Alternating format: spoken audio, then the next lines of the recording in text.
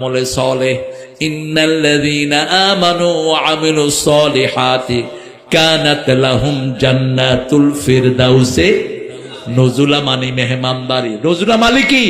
মেহমানদারি। সেই মেহমানদারি করাবেন কে? আর আল্লাহ যেমন, আল্লাহর মেহমানদারিও তেমন। এত বিশাল মেহমানদারি আর কেউ করাতে পারবে? কি মেহমানদারি করাবেন সেটা বলছেন।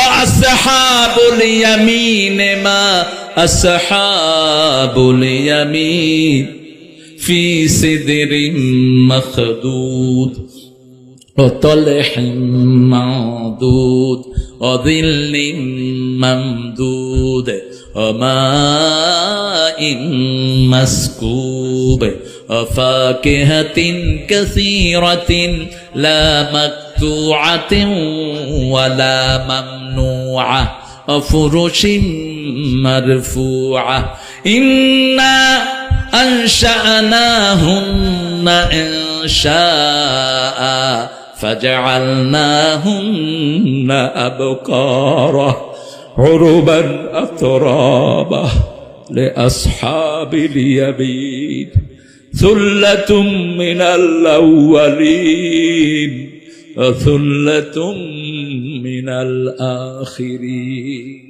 কার কথা? হে ডানপন্থীরা, আল্লাহ আমাদেরকে ডানপন্থী হিসেবে কবুল করে। নামাজের দরকার আছে না নাই? রোজার দরকার আছে না নাই? আলেমদেরকে সম্মানের দরকার আছে না নাই? ইসলাম লালন করার দরকার আছে না নাই? এই যে ভাঙাচোরা মাদ্রাসার সাথে যারা জড়িয়ে আছে, এই মাদ্রাসা নাজাতের কারণ হয়ে উঠবে।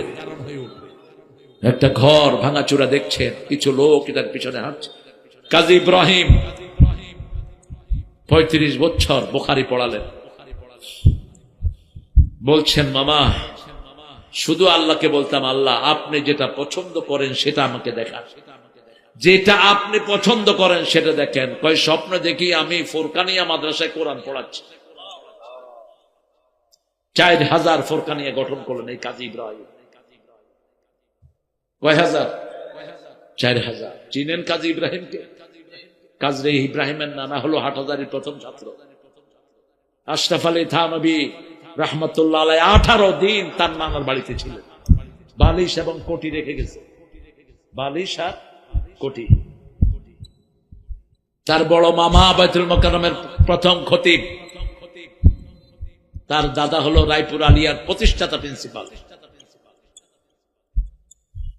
এই পায়ার আলেমদের সাথেও বাংলাদেশে বেয়াদবি বোধহয় হয়নি। ইউসুফ আলাইহিস